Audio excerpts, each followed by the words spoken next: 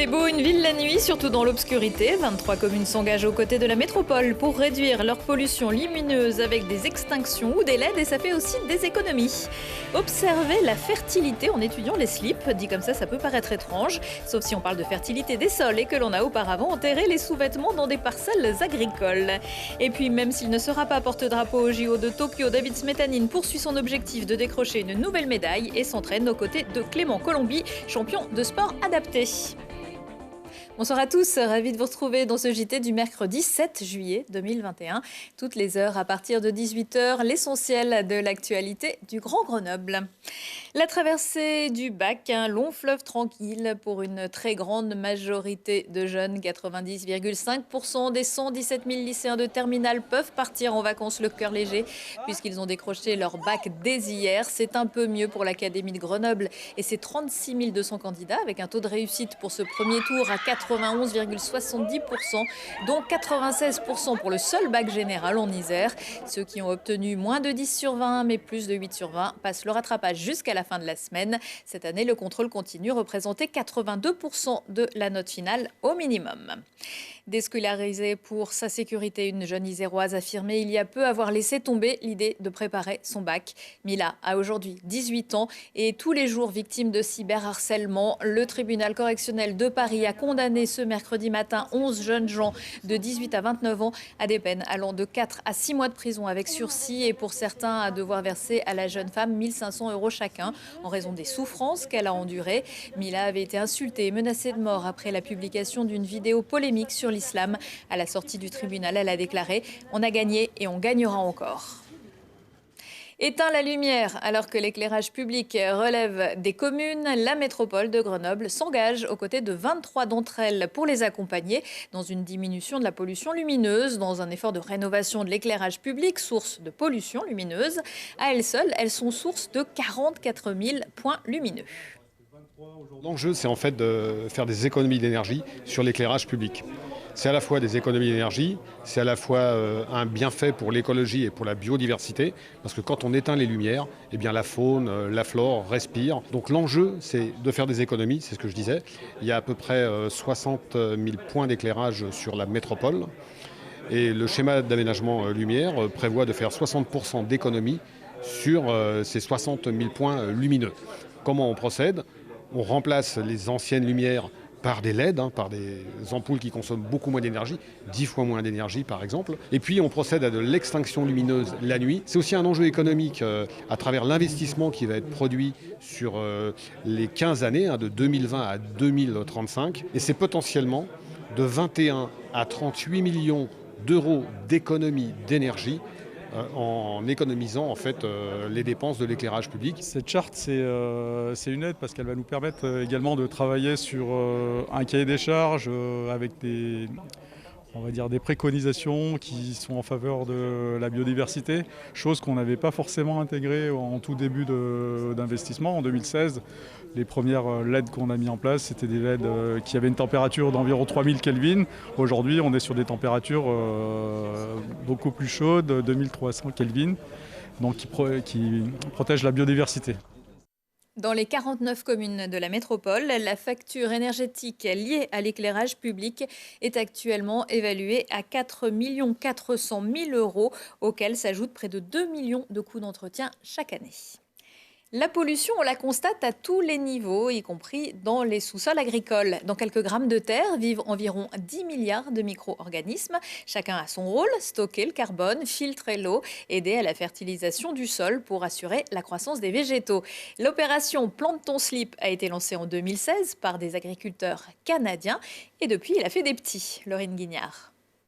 Enterrer des slips dans des parcelles agricoles pour connaître leur fertilité, l'idée peut sembler farfelue et pourtant depuis mars, une centaine d'agriculteurs de l'Isère se prêtent au jeu de l'initiative lancée par la Chambre d'agriculture. Cette opération a été lancée dans le cadre d'un projet financé par le Conseil départemental de l'Isère sur tout ce qui est biodiversité des sols. Et dans ce projet, en fait, on a deux volets. Un volet plus suivi, un peu plus scientifique, entre guillemets, et un volet plus sensibilisation des agriculteurs sur la biodiversité des sols.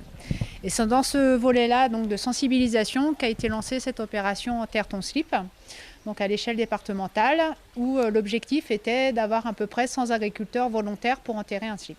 Enfouis à 15 cm de profondeur, ces slips blancs en coton biologique sont en train d'être déterrés. Cet outil est plutôt ludique que scientifique, mais ces bouts de tissu vont devenir de véritables indicateurs pour les agriculteurs. C'est l'état où est nos sols, parce qu'on fait des analyses de sol, on voit vraiment la composition du sol, qu'est-ce qu'il y a dedans, donc le pH, la composition du sol, mais on ne voit pas la vie qu'il y a dans le sol. Ça permet vraiment d'avoir une image de comment travaille ce sol. Avoir un sol vivant, c'est aussi un sol qui se porte bien, c'est avoir un sol qui travaille, pour les années futures aussi, un sol qui ne se dégrade pas. On n'enterre pas son slip n'importe où. Les terres peuvent parfois être trop acides ou gorgées d'eau. Autour du captage de biole, les résultats sont plutôt variés en fonction de la localisation des slips. Mais alors, faut-il un slip intact ou un slip détérioré à la fin de l'expérience ? Si le slip complètement ressorti vraiment où on voit plus que les élastiques, ça veut dire qu'il y a vraiment de la vie qui travaille. Si il ressort intact, là, ça me permet vraiment de poser des questions. C'est que là où le slip est intact, il y a des cultures on fait chaque année. Et si le slip ressort intact, on se dit là il y a quand même un souci. On ne va pas dire qu'il est malade, mais on va dire qu'il travaille mal. Donc c'est tout. Dans l'objectif, c'est vraiment de redonner une vie dans le sol, qui après la redonnera en fait, on va dire redonnera après sur les cultures. Et si on a choisi un slip, ce n'est pas par hasard, il a un intérêt particulier, celui de l'élastique qui ne se dégrade pas et qui peut parfois rester le seul témoin de la décomposition du tissu. Agriculteur ou pas, vous aussi, vous pouvez enterrer votre slip dans votre jardin. Plus d'infos sur le site de l'ADEME. Sans transition, c'est en slip de bain que s'entraînent tous les jours ou presque Clément Colombi et David Smetanine, deux nageurs grenoblois au parcours de vie très différent, mais avec une même envie, celle de porter leur sport au plus haut niveau malgré leur handicap. Charlotte Faulkner les a rencontrés au stade nautique d'Échirolles. Au stade nautique d'Échirolles, ce groupe d'entraînement est à la fois sport handi et sport adapté. Ici, que le handicap soit physique ou mental, les nageurs s'entraînent 6 à 8 fois par semaine. Pour les accompagner, Julien Poirier, entraîneur, adapte les exercices en fonction des objectifs de chacun. La trame de l'entraînement reste la même en fonction des objectifs, cela peut varier, et de la planification. Mais après, la seule chose qui change un petit peu, c'est la manière d'amener les consignes, la pédagogie pour arriver à ce que je veux obtenir sur leur performance. Voilà. Parmi les nageurs de ce groupe, David Smetanine, multiple médaillé olympique et champion olympique en 2008 à Pékin, ou encore Clément Colombi, champion du monde 2014 et champion d'Europe 2015 et 2017 en relais 4 nages. Dernièrement, en 2019, il finit 4e au Global Games, l'équivalent des JO sur 800 mètres nage libre. David Smetanine a pour objectif les Jeux paralympiques de Tokyo et pour Clément, l'objectif en ligne de mire, ce sont les championnats du monde qui auront lieu au Brésil en 2021. Deux nageurs aux objectifs et compétitions différentes qui s'entraînent malgré tout ensemble. Moi j'aime l'eau et j'aime aussi entraîner dur pour encore plus loin pour gagner une médaille d'or. Là l'ambiance très bien, parler entre nous aussi et aussi parler entre nous aussi avec le coach. Le coach il est bien.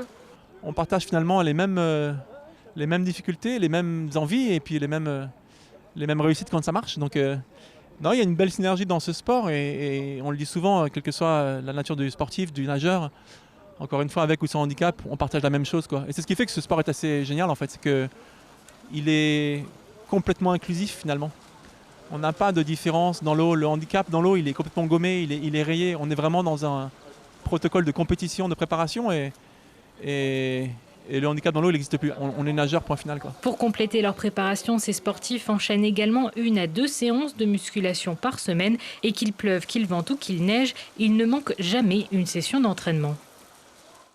David Smetanine, qui ne sera pas porte-drapeau à Tokyo, c'est le tennisman Stéphane Houdet qui a été choisi. Chez les valides, la lanceuse de disque iséroise Mélina Robert-Michon était également candidate. Mais c'est la judokate Clarisse Agbegnenu qui sera porte-drapeau. La natation et bien d'autres loisirs nautiques à découvrir dans le nouveau numéro de Voyons voir, le magazine des 4 chaînes locales de la région Auvergne-Rhône-Alpes. Jeudi à 18h15 et 20h45. Pas besoin d'être en bord de mer pour profiter pleinement des activités sur l'eau. Avec ses nombreux lacs et rivières, notre territoire nous offre une multitude d'escapades. Navigation fluviale, voile, scooter, ski nautique, paddle, rafting, canoë-kayak et bien sûr natation.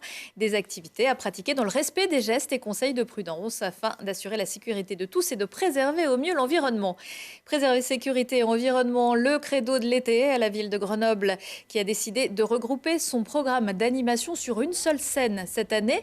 N'hésitez pas à passer par la note vitesse, un concert, une projection ou autre, il s'y passe toujours quelque chose.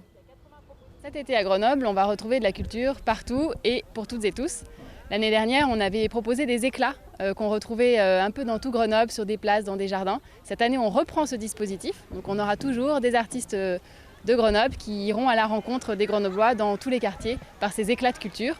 Et puis on aura aussi des rendez-vous plus importants et en particulier un gros rendez-vous au parc Paul Mistral avec une scène montée, un anneau de vitesse en fait, avec une scène qui accueillera une programmation tout au cours du mois de juillet.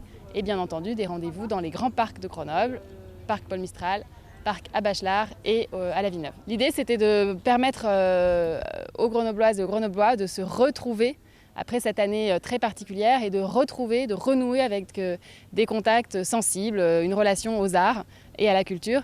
Et donc on a cherché les meilleurs moyens, les meilleurs outils pour proposer des temps collectifs. Et effectivement ici, une scène avec une jauge à 1000, c'est l'outil le plus opérant pour avoir une fluidité, de la rencontre, du collectif, mais sans trop de contraintes sanitaires.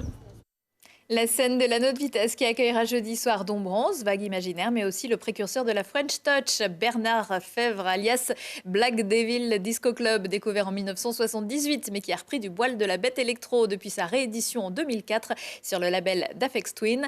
Il a même sorti un nouvel album en 2020 intitulé Lucifer et The Flower. Belle soirée à tous.